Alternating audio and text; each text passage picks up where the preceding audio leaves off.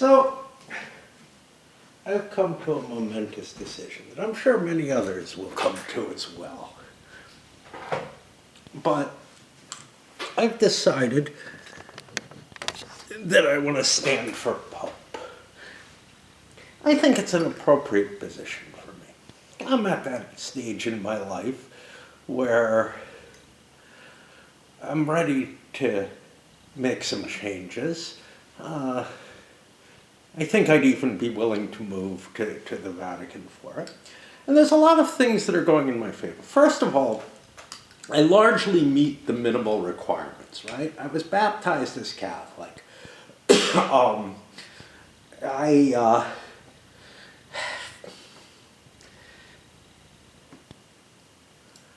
may not be able to meet the sound mind and body type of requirements that there are, nor the capability to administer a large organization, but I think I can grow into those, to be honest. I really do.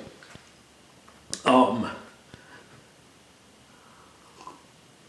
in fact, one of the possible issues, although it's not a requirement, is that now, that I'm no longer married and whatever, I would actually be able, to become a priest as well. So I'm open to being ordained if necessary. I don't think it should be, but I'm open to it if that's thought to be a desirable feature. They get to wear really cool clothes and lots of neat costumes. I like those things. I think I can pull them off. Really like robes, for example.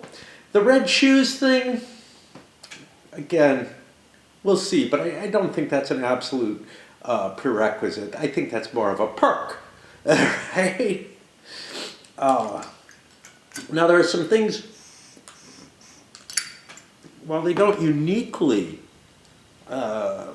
put me in a position of advantage, I think are very, very helpful. So first of all, there's never been a pope from North America. We just had a South American one. Okay, I don't think we've had an Asian pope either. So there's some issue there. I would definitely have competition there. But let's take it easy. Let's ease our way into an Asian pope and start off with a North American pope, because I think we've had popes from every other continent, although Africa, not so much the sub-Saharan side of things, right? And we haven't had an Australian pope. But is Australia really a continent? We haven't had an Antarctic pope either. And penguins are usually not baptized. So that'll be an important feature. I could start converting the penguins. That'd be cool, wouldn't it? Add a whole bunch of our feathery, flightless, foul friends to the embrace of the church. Okay. Speaking of which, I'm not overly religious. I feel like we've had a tendency to have popes that have way too much emphasis on the religious side of things. I would also say that I'm at least agnostic, if not some sort of soft atheist, but I'm pretty sure we've had a few popes of that nature already. Quite a few. So that's not really a huge selling point, but we've been kind of going a little too heavy on the faith thing and religion and all that. It would be nice to move outside of that. I know there were more. Yeah, embracing the idea of passing, of promoting the religion to the non-believers, right? Without requiring them to become believers. There's no requirement, and let's not have one. Let's open this up, and let's open the church up. Beautiful buildings, at least the cathedrals are. I don't know about the modern churches. Maybe we'll have to do away with those. But yeah, let's, we already allow people to visit them. Let's allow people to visit them as if it's their home. I have great sympathy with many of Pope Francis's positions anyway, and I know a lot of the cardinals out there are, in a position that they owe to him. Something like 80% were named by him. So that's good. I have no rivalries with any of the sitting cardinals that I'm aware of. Speaking of cardinals, usually the Pope has been chosen from the College of Cardinals. And while I'm no cardinal, and I think that's a selling point, honestly, along with the, generally non-religious nature of my existence, I can speak, or at least make sounds like a cardinal can.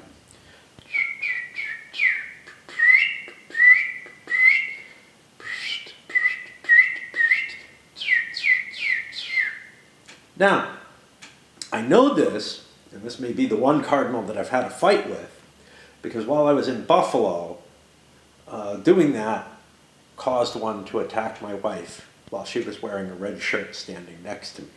So, I have a lingua franca, as it were, a commonality with which I can communicate to the other cardinals, or to the cardinals that are there, which I think is actually better than most popes can do in terms of that song, even if they were named to the position, and to most cardinals. So that's important. Very important, to tell you the truth. Another facet is that I have an abiding love of the Holy Roman Empire, and I think we should reinstate it. The idea of crowning an emperor sounds pleasing to me, and I promise, as one of my tasks, that, as one of my campaign promises, as it were, that I would endeavor to crown whoever seems most appropriate to be emperor. We'd have to do some research, of course, to figure out who is most eligible for that. And we will not give up the investiture question, so don't worry about that. Just having an emperor doesn't mean that the church would not maintain its separation from the imperial power. I would also, there was something else, there was some other good reason for me, something I haven't mentioned yet. Damned if I can remember what it is. Ah, yes.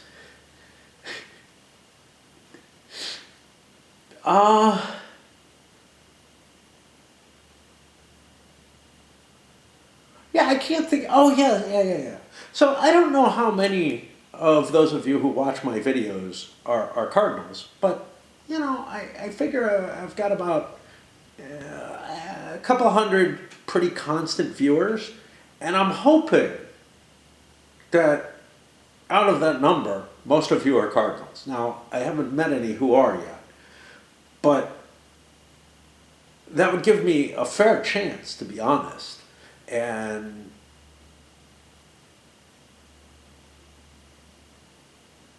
just think of the lulls of me up on the balcony.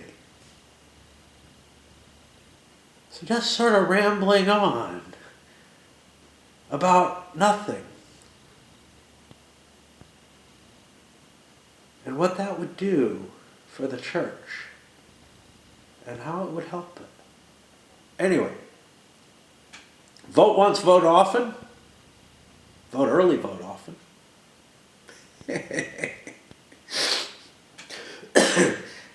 And eventually, we can wear out the rest of the cardinals